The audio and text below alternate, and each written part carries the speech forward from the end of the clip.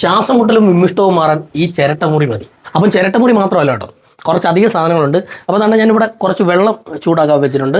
നമ്മളിപ്പോൾ ഒരു ഔഷധ പാനീയമാണ് ഉണ്ടാക്കാൻ പോകുന്നത്. അപ്പോൾ തന്നെ ആദ്യം തന്നെ നമ്മൾ ആ എടുത്ത ചിരട്ടമുറി ഈ വെള്ളത്തിലേക്ക് ഇട്ട് കൊടുക്കാം കേട്ടോ. കുറച്ച് മതി, ഒരുപാടൊന്നും വേണ്ട. അതിനുശേഷം ഒരു ഈ പറഞ്ഞ ഞവരയില, പനിക്കൂർക്ക എന്നൊക്കെ പറയും, അതുപോലെ തന്നെ മുക്കുറ്റി. ഇപ്പം മിക്കവാറും ഉള്ള വീടുകളിലൊക്കെ അല്ലെങ്കിൽ പരിസരത്തൊക്കെ ഉണ്ടാവും മുക്കുറ്റി.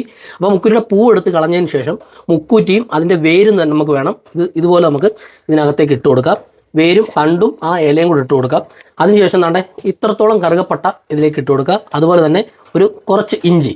പിന്നെ ഇതിനകത്ത് പ്രത്യേകം ചേർക്കേണ്ട വേറൊരു സാധനമുണ്ട്, നമ്മളുടെ ജീരകമാണ്. ഇത്രത്തോളം ജീരകവും കൂടെ ഇട്ട് കൊടുത്ത് ഇതിനെ നന്നായിട്ടൊന്ന് തിളപ്പിച്ചെടുക്കണം.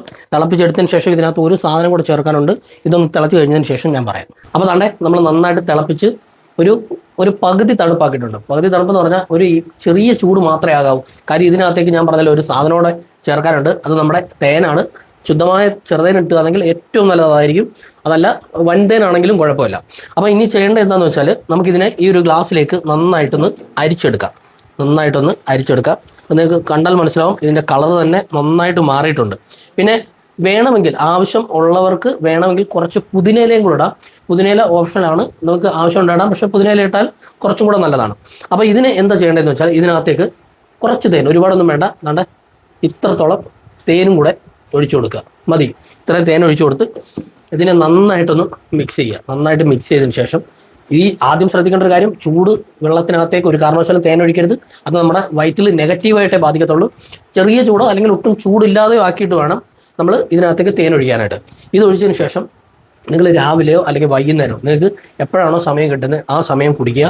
ശരിക്കും ഒരു 7 ദിവസം നിങ്ങൾ സ്ഥിരമായിട്ട് കുടിക്കണം. 7 ദിവസം സ്ഥിരമായിട്ട് കുടിച്ചാൽ തന്നെ നല്ല മാറ്റം ഉണ്ടാവും. നല്ല മാറ്റം എന്ന് പറഞ്ഞാൽ നിങ്ങൾക്ക് ഈ പറഞ്ഞ വിമ്മിഷ്ടം, ശ്വാസം മുട്ടൽ പോലെയുള്ള, പിന്നെ ഒരു കാര്യം ഞാൻ പ്രത്യേകം പറയാം, ഡീപ്പായിട്ട് ആസ്മ ഉള്ളവർക്കൊന്നും ഇത് ചിലപ്പോൾ ഏക്കത്തില്ല. ചില അലർജി കാരണം ചില വിമ്മിഷ്ടമോ അല്ലെങ്കിൽ ശ്വാസം മുട്ടൽ പോലുള്ളവർക്ക് മാത്രമേ ഇത് എഫക്റ്റ് ചെയ്യത്തുള്ളൂ. അപ്പോൾ അതുപോലെ തന്നെ നിങ്ങളിത് ഗുളിക കഴിക്കുന്നവർ, അതായത് സ്ഥിരമായിട്ട് മരുന്ന് കഴിക്കുന്ന, ചില രോഗങ്ങൾക്ക് മരുന്ന് കഴിക്കുന്നവർ, അതുപോലെ ഗർഭിണികൾ, മുലയൂട്ടുന്ന അമ്മമാർ, ചില അലർജി പ്രശ്നങ്ങളുള്ള ആൾക്കാരുണ്ട്. അതായത് ഈ പറഞ്ഞ മരുന്നിനോ സ്കിന്നിനോ ഒക്കെ ചില അലർജി ഉള്ള ആൾക്കാരൊന്നും ഇത് ഉപയോഗിക്കണമെങ്കിൽ അത് നിങ്ങൾ ഡോക്ടറോട് ചോദിച്ചതിന് ശേഷം മാത്രമേ ഉപയോഗിക്കാൻ പാടുള്ളൂ. അപ്പോൾ ഞാൻ ഈ പറഞ്ഞ പോലെ 7 ദിവസം കുടിക്കുക. 7 ദിവസത്തിന് ശേഷം ഒന്നിടെ വിട്ട് കുടിക്കുക. അതിനുശേഷം ആഴ്ചയിൽ 1-2 ദിവസം മാത്രം കുടിക്കുക. അതോടെ നമുക്ക് നിർത്താം. അപ്പോഴത്തേക്ക് നിങ്ങൾക്ക് നല്ല ആശ്വാസം കിട്ടുന്നതാണ്. അപ്പോൾ നിങ്ങൾ ട്രൈ ചെയ്ത് നോക്കിയോ, നല്ല അടിപൊളി ഒരു സാധനമാണ്. Okay, by.